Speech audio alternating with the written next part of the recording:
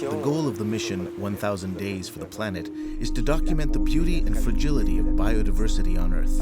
But we also realize that life in the oceans is truly threatened.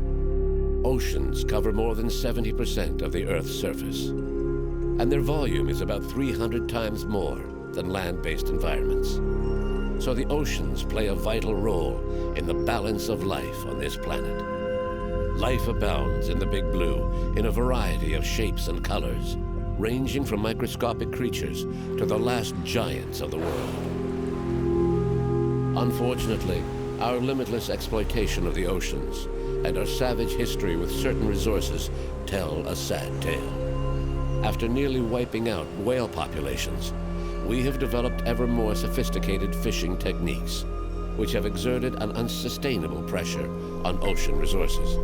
Today, it is estimated that 87% of the oceans are overexploited or exploited to their very limits by the fishing industry. Large ocean predators have been especially affected by our insatiable appetite for resources of the sea. It is estimated that 90% of large fish have disappeared in recent decades. Despite their threatened status, the fishing industry still harvests about 65 million sharks each year. Sharks were long considered an accidental catch or bycatch on longliners, fishing boats that release kilometers and kilometers of fishing line into the sea, aimed primarily at catching large fish.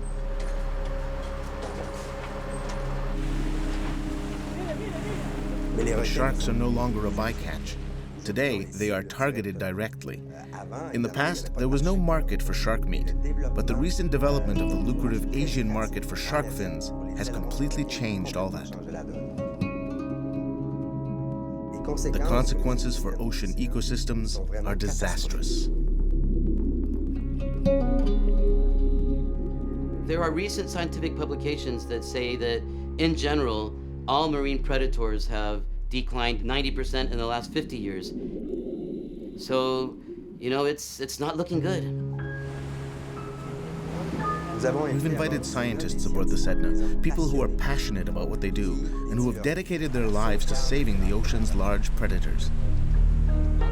Biologists Pedro Afonso and George Fontes have joined the Sedna 4 for this expedition. These scientists from the University of the Azores are also skilled fishermen who are able to catch a shark with a line and hooks specially designed not to hurt the animal. They will team up with Randall Arauz, a scientist and activist who has become well known internationally for his campaigns against shark fishermen, especially those who practice shark finning. Our first stop was the Azores, in the middle of the Atlantic. It's a place I love. It's filled with history. It's a sailor's paradise. On the beaches, the docks, even in the bars, you can feel the history and smell the sea. Sailors love to stop at the small port of Horta on Fayal Island. Located on either side of the mid-Atlantic ridge, the Azores archipelago is the result of 20 million years of volcanic activity. The spectacular scenery of the islands, which have emerged only 5 million years ago, continues to evolve and change as a result of volcanoes and the movement of 3 major tectonic plates that meet here. In the oceans, seamounts rise up to the surface, which brings up nutrient-rich waters that feed an impressive diversity of marine life. In seamounts, you typically have upwelling events, that is, deep water that carries nutrients along the slopes of the seamount to surface or at least to depths where the animals can profit from it. Seamounts not only have more biomass or more animals, they have more species, including the top predators that might be travelers of the ocean, but that might stop on particular seamounts because they have the increased productivity which they can profit from. Everybody goes to the seamounts, including man, of course. Many migratory species appear to use these seamounts in some phase of their lives. But only recently have scientists discovered the important role played by seamounts around the world. We could probably try to do that, like at 4 One of the very first seamounts to be declared worldwide as a marine reserve for scientific purposes, so we can understand the whole process from bottom to top, is the Condor Seamount, which was declared a marine reserve about 3 years ago. And this is just outside our door, which is a fantastic opportunity for all of us, scientists, fishermen, and managers, to understand how these seamounts work so we can better protect them. The volcanic seamounts in the Azores cause nutrient-rich currents to rise to the surface, which attracts pelagic species such as hammerhead sharks, whose status is precarious and which are increasingly rare in the world's oceans. Hammerhead sharks are among the most endangered sharks. All pelagic sharks are reduced 90% during the last 50 years, but hammerheads are down 98, 99% in certain areas of the world. So they need a lot of help. The crew of the Ep4 hopes to install satellite tags on young hammerhead sharks that seem to use some areas of the Azores as a nursery. Hammerheads are naturally less abundant because they produce much less offspring to start with. Secondly, they actually make what we call some kind of parental care to their offspring, in the sense that they move to very specific habitats where females think that their pups are going to have increased chances of survival during their first months and years. So the nurseries of hammerheads are typically located in these very coastal areas, shallow inlets, mangroves in the tropics. In the particular case of this hammerhead species, the smooth hammerhead, we think that oceanic islands such as the Azores might play a crucial role as nursery habitats for the North Atlantic population of this species. In places like the Azores, there has been no historical fishing pressure on hammerhead populations locally, and this continues to be the case, fortunately. However, the adults which live an oceanic lifestyle are also attracted to the longlines, the industrial longline, in open water, and they are indeed a bycatch, a typical bycatch of this fishery. And that is exactly the reason why now ICAT has mandated the member states to forbid any landing of hammerhead species on the longline fleets.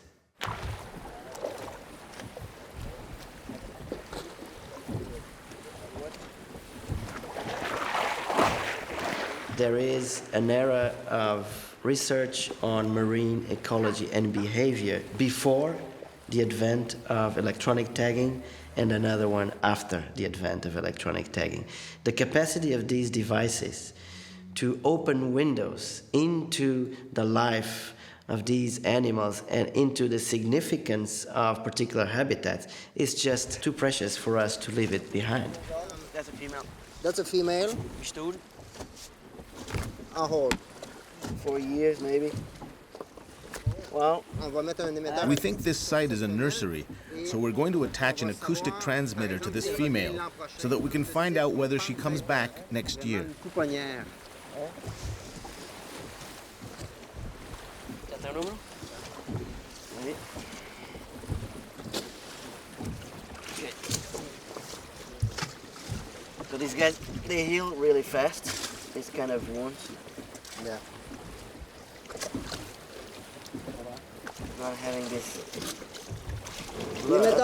We've attached the acoustic transmitter. We're going to move forward to oxygenate the shark, and then we'll attach the satellite transmitter.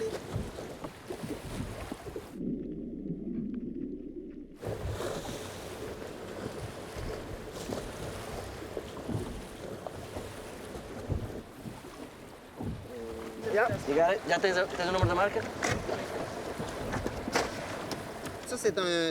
This satellite tag, called a pop-up, is quite distinctive. After 300 days, the tag will be released and rise to the surface, where it will send all its data to the satellite.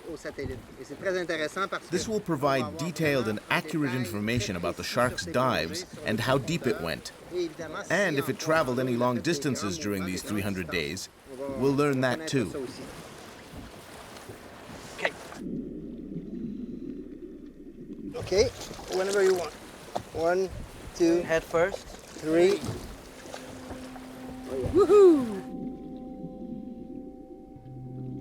Without knowing it, this female will be providing scientists with vital data. They'll use it to learn more about her movements and eventually to help put protective measures in place for this extremely threatened species.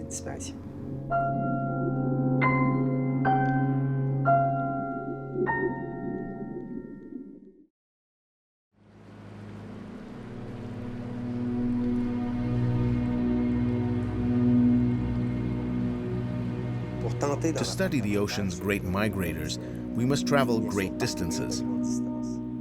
With the same team of biologists, we're headed for Coco Island off the Pacific coast of Costa Rica. Coco Island is a paradise for both biologists and divers who come here from around the world. The marine biodiversity here is exceptional, and it's known for its abundant shark population. The sharks of Cocos Island migrate between Cocos, Galapagos, and Malpelo, Colombia. So it's really a shared population. This is very important because, of course, we can protect the sharks in Cocos Island as much as we want, but then they're going to go to other islands and they must be protected there as well. And also, let's say all 3 countries get together and say, okay, we have to protect them more when they're on these 3 islands, but what about when they're migrating in between? So we need the information now on when are the times where the sharks are migrating so that we can design, of course, the corridors.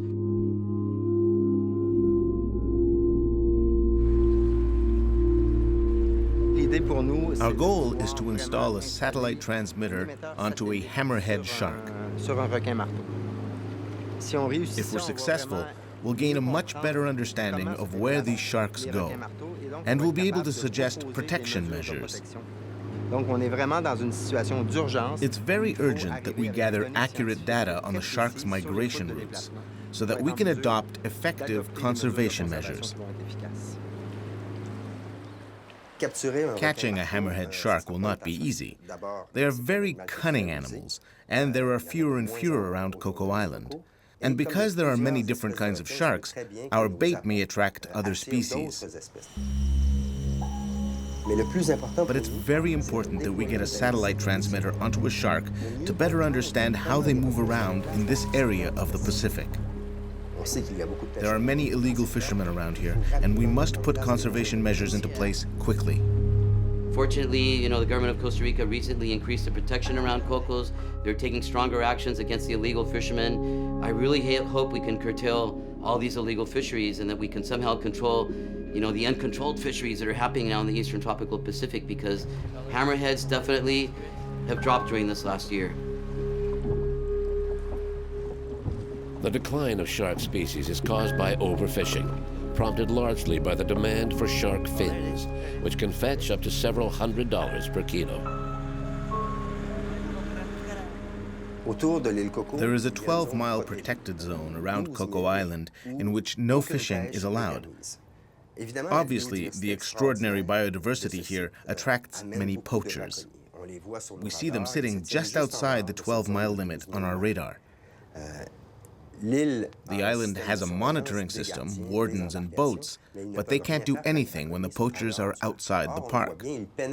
Yet we know very well that these poachers frequently enter the park because they have no notion of conservation. All they want to do is catch fish and sell it. When they come into the park, they often play a game of hide and seek with the park wardens. At night, it's the law of the jungle, and the poachers are much better at the game than the wardens. So at night, out at sea, there's a war going on.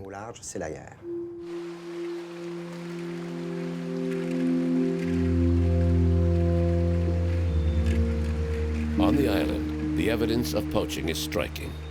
You see it everywhere. For example, this bridge across a small river was made from fishing buoys seized by park wardens. The director of Cocos Island National Park agreed to talk to us about this serious situation. This is where we store all the fishing gear. We can see here a number of different kinds of buoys. Do you see how many of them are painted? They do this to make them almost invisible and difficult for us to spot.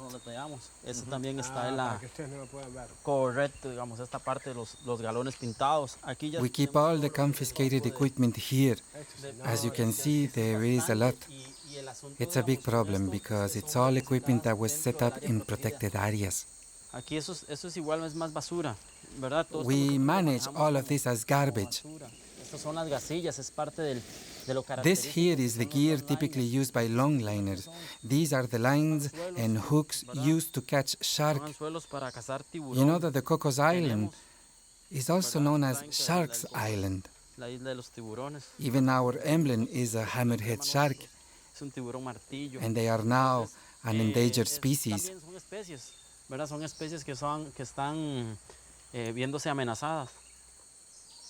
There are pressure zones that are between 8 and 10 miles from the coast. The fishermen know when we're coming and sail off. So by the time we reach the point where we first spotted them on radar, they're gone. And that's where we find all this fishing gear. Sometimes they've even had enough time to cut or retrieve their lines by then. Es decir, ellos en el lapso que tratamos nosotros de llegar hasta ellos, ellos recogieron lo más rápido. Y nosotros decimos que los pescadores. We say that fishermen are like sly hunters, an exotic species introduced into an environment into which they don't belong. And even though it's a big ocean, the ecosystem around the island is especially rich. La riqueza está ahí donde están los animales, sí, pero nosotros no podemos tener. We can't keep the fish in cages to protect them. Cercados, ¿verdad? Encerrados. This is where we keep the buoys we retrieve. Las boyas pelican, ¿verdad? Las boyas pelican prácticamente. Most of them come from Taiwan, and they paint them so they can sneak past the patrols. ¿Verdad? Si usted ve una boya, nosotros decimos que boya china, pero en realidad es procedente de Taiwán. Look at the difference. This is one that hasn't been painted, and this is one that has. With the painted ones especially, we can clearly see the intention behind them, to harm the protected area by fishing shark and tuna.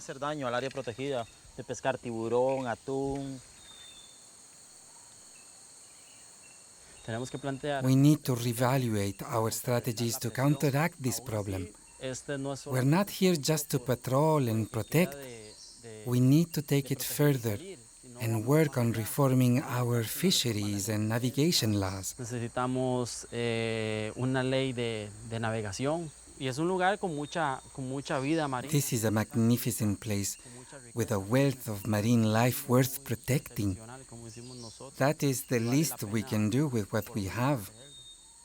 We must quickly develop new protection measures here in the island and at a national level to protect the resources.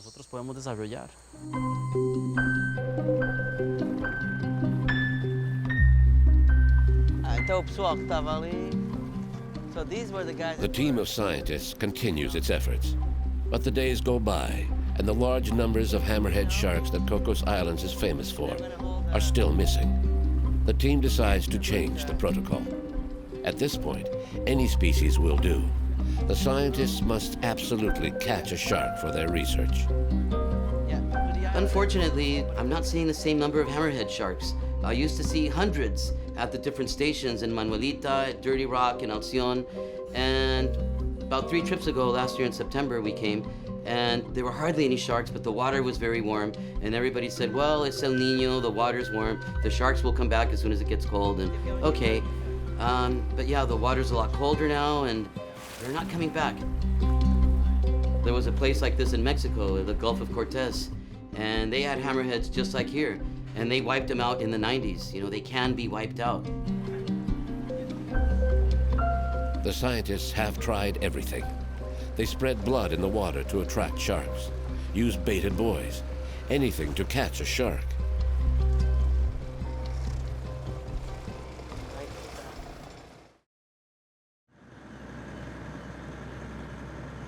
One particular night was extremely frustrating.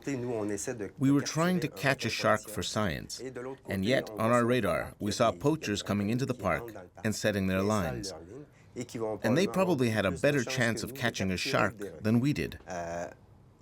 There was nothing we could do except alert the wardens. They said they would try to stop them, but we knew very well that their chances of catching the poachers were slim. So we have a boat. You see the boat there? Ajá. ¿A cuánta distancia se encuentra? At what distance? 12 miles. It's about 12 miles away.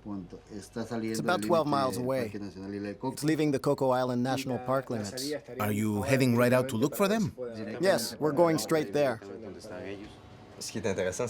Earlier, this boat came within 3 miles of ours. Clearly, it was completely inside the park boundary, so the fishing equipment could be just about anywhere. What they do is cast their lines, then leave the park limits. What they do is cast their lines and then leave the park limits. They'll remain outside at the 12-mile limit, where they cannot be caught. An important point to explain in all of this is that if we reach them, we will most likely find fishing gear. But unless it's connected to the boat, we cannot prove that it belongs to them. The fishermen see us patrolling because they have radars like ours. And as soon as we start off towards them, they move further away. And so we can retrieve and confiscate the equipment. But unless the boat is right there, there is no way to prove anything. So,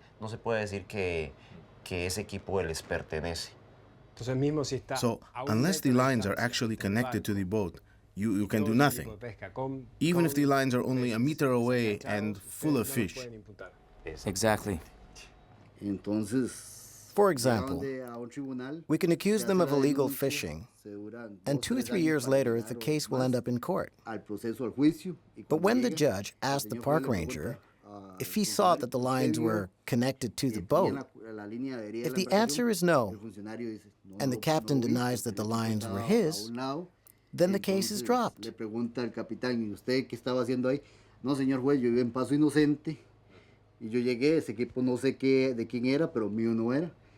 This is one of the biggest problems we face here in the Coco Island National Park.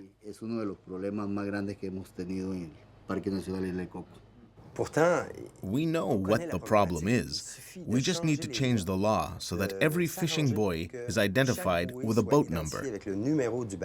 That would solve the problem. If a fishing buoy is found inside the park with your boat number on it, you're guilty. Period. Along the coast, measures to protect berthing areas are not much better. The team joins another group of scientists in Golfito Bay in Costa Rica. The Tiburon mission team is studying the life cycle of young hammerhead sharks that gather in this bay. The biologists are working directly with some local fishermen to try and provide protection for female hammerhead sharks who give birth in the area. During the months of July and August is when there is a jump in the number of, specifically, young hammerhead sharks being captured.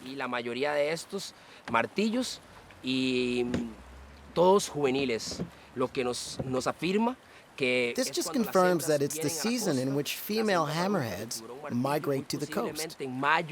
They probably come in May or June and leave their pups to grow in this protected area because it is a safe nursery, rich in nutrients.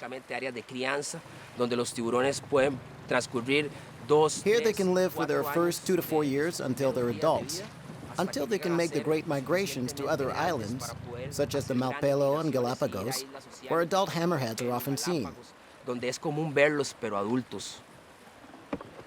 This is our reality here in Gulf of Dulce and other areas along the coast of Costa Rica, where the hammerhead shark is often unintentionally caught by fishermen as bycatch.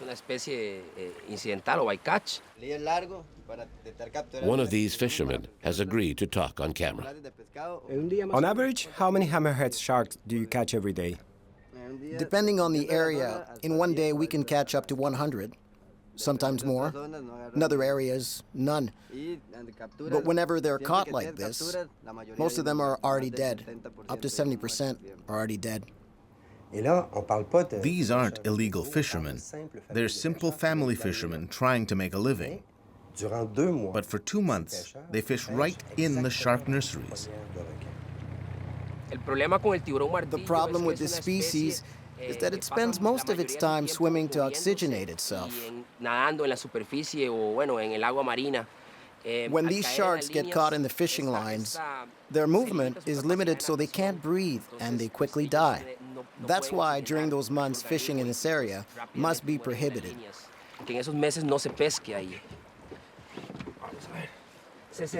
63, 48, Macho. male. Es un recién nacido. It's a newborn. Todavía tiene It la still has the apertura opening from the umbilical cord. 63 It's 63 centimeters in length. Hammerheads are born between 50 and 60 centimeters. That male is 2 weeks to a month old, no more than 2 months.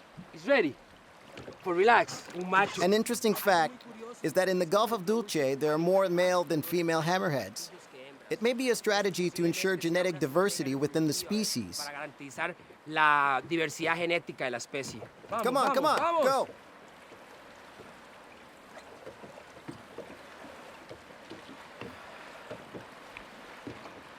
Está golpeado. He's stunned, Pero but ya se he'll va a recover. recuperar.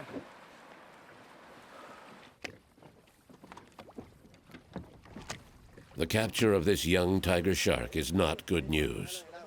Other endangered species also appear to use the Golfito area to give birth among the mangroves along the coast. We're trying to protect the adults in their migrations, but we're leaving behind the young in the coastal waters. Va para el agua. Pues es un poco triste. It's sad because we work hard to try and protect the hammerhead. And when we see these things, we become discouraged. It kills the flame. But at the same time, it's the reason we keep working. We need to know more about them to protect them. We need to work closer with the fishing communities to make their protection a reality.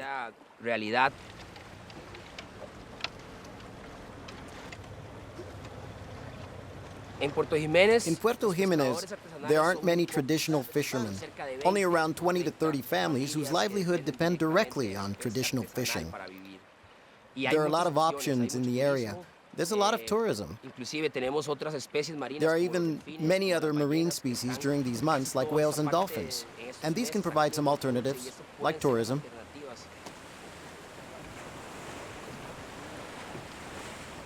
We have to work with the fishermen so they understand that the hammerhead is endangered and that these sharks are worth more alive than dead.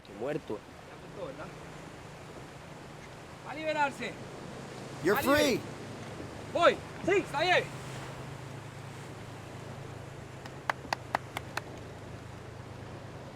The biologists of Mission Tiburon are doing fantastic work. They raise awareness with young people and fishermen, but it will take more than that. We need laws to protect the sharks' birthing sites and nurseries for these 2 critical months of the year. And we need to find a way to financially compensate the 20 or so fishing families during this period. It shouldn't be that hard. It probably costs more to send scientists somewhere in the world to meet 2 or 3 times to try and understand the problem than it does to implement real measures to compensate these fishermen. But we must absolutely find a way to protect the zones during these 2 critical months.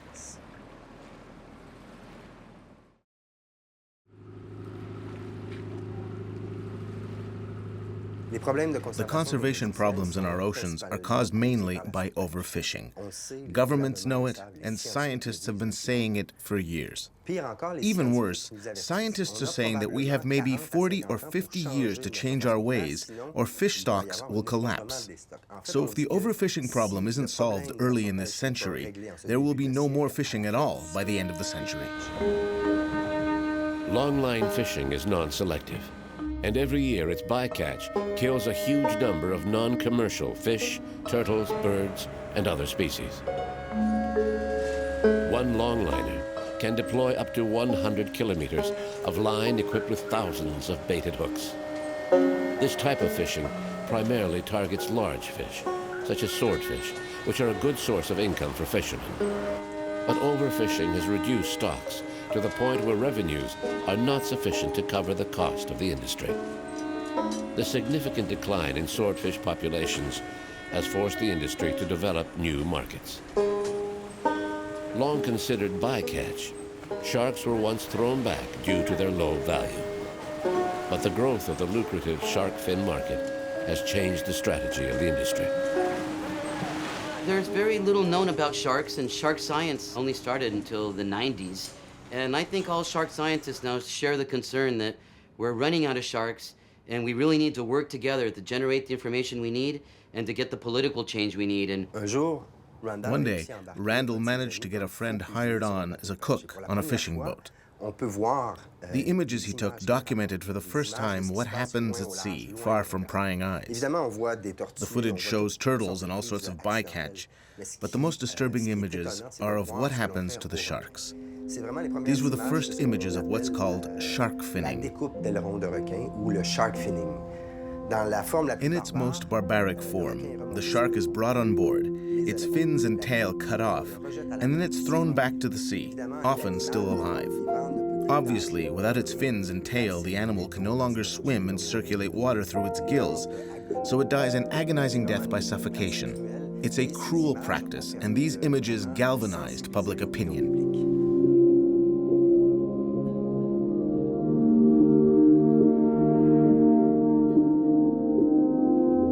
First of all, it's a cruel, painful death for these magnificent animals.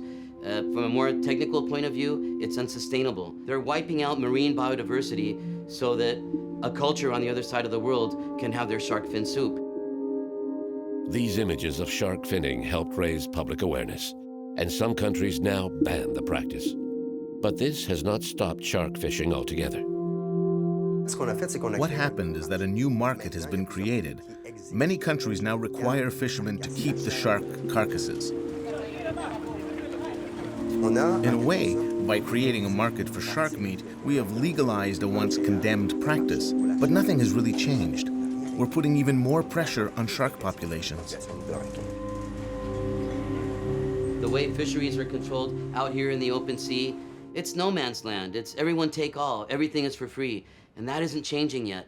And I think that is something that many countries have to work on. The United States, the Economic Union, Australia, which is a big fishing nation. And, you know, we need to get together and change the way fishery policy is established. We have a very interesting relationship with the government of Costa Rica.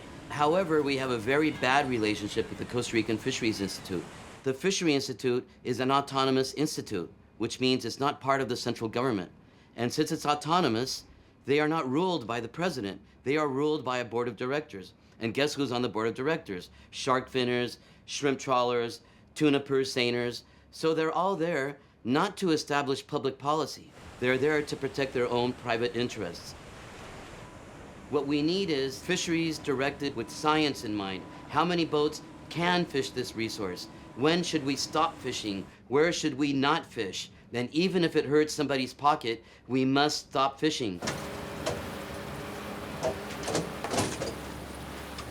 The fishing fleets have grown in the past decades dependent on subsidies from governments. That is, the real cost involved in sending a fishing vessel out there with all the costs in fuel, in gear, in paying the crewmen, etc., is just not overturned by the real profit that the catch is going to make in the market. And the only reason why that fleet or that particular vessel is doing its everyday fishing is because it gets subsidies from all of us taxpayers to lower the cost of those items.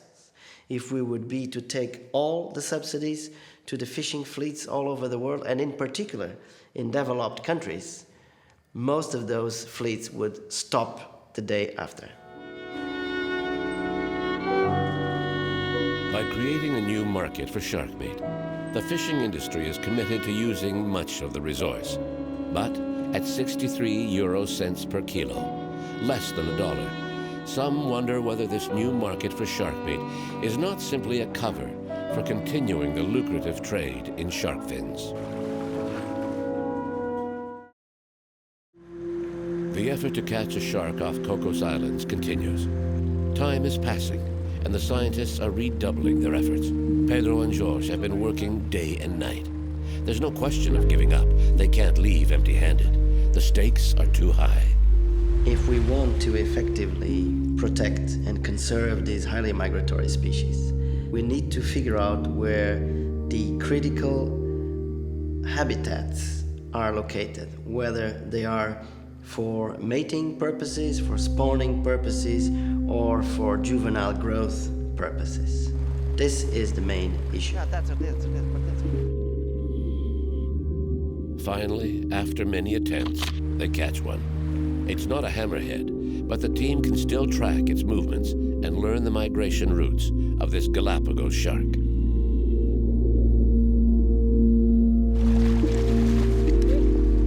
Vertebrates in general have this thing called the tonic immobility reflex, which basically is when you're turned upside down, you become numb. And they get really amenable to work with. And we think that they also get a decreased pain function. We do that to promote natural anesthesia.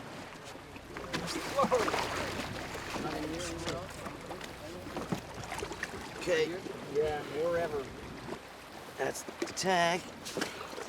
This is a female Galapagos shark. They just installed an acoustic tag inside it. This issues a sound that can be heard 500 meters around, and this tag will work for at least 5 years. So we expect to get some really good data because the tag is implanted inside the animal, so we're sure it's not going to be lost. Yeah, go for it. Quick action is needed. The scientists install the satellite tag. Okay, bottom one. Let's just keep going for a while. Yeah. Well, the shark looks a little tired, and it's already been hooked for a few minutes, and I'm just a little concerned that, the time it'll take to deploy the satellite transmitter on it might be a little too long.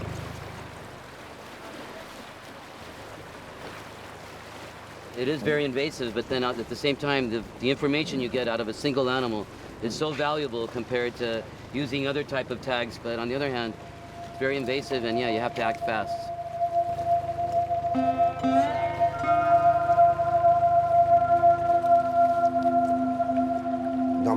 Usually, after the first stage of the operation, we turn the shark over and move the boat to oxygenate the animal. This revives it from its comatose state. But this shark wasn't reacting. We began to get anxious. Okay, so see, these are self-locking, so that direction is they're good. holding now.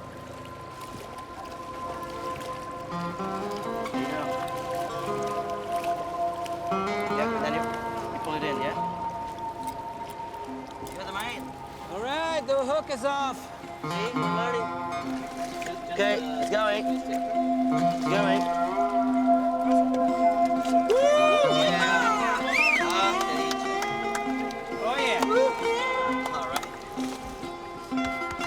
In the end, it was just a scare. The female Galapagos shark regained her senses and swam off with the transmitter. So she will provide a lot of essential data for scientists. In the days that follow, divers managed to install acoustic transmitters on other shark species, including one of the few hammerhead sharks spotted around Cocos Island. This glimpse into the world of sharks and fishing really makes you think. Scientists have identified most of the problems, and solutions do exist. But if we want to save these threatened species, what's missing is a willingness to implement those solutions. This will probably mean making sacrifices and changing our consumption habits so we can change the model and build a different relationship with the oceans. If we want to preserve what remains of our oceans, we'll have to pay the price for our past abuses.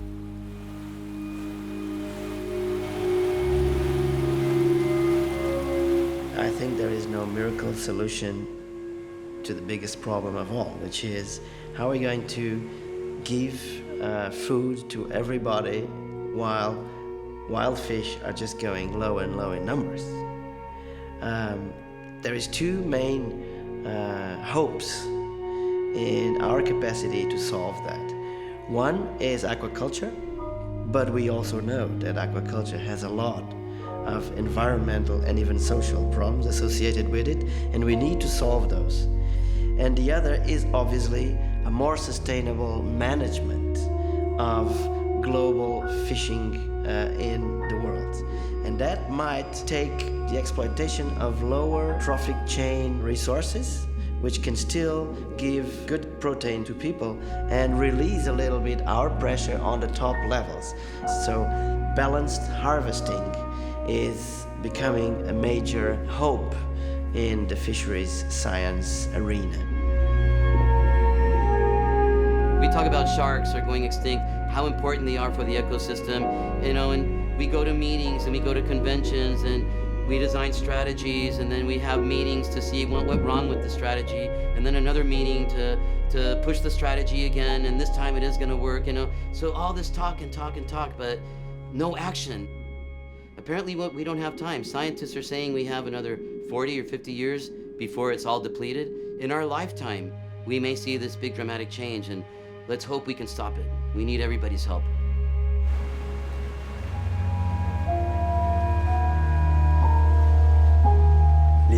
There are serious conservation challenges, but I'm optimistic.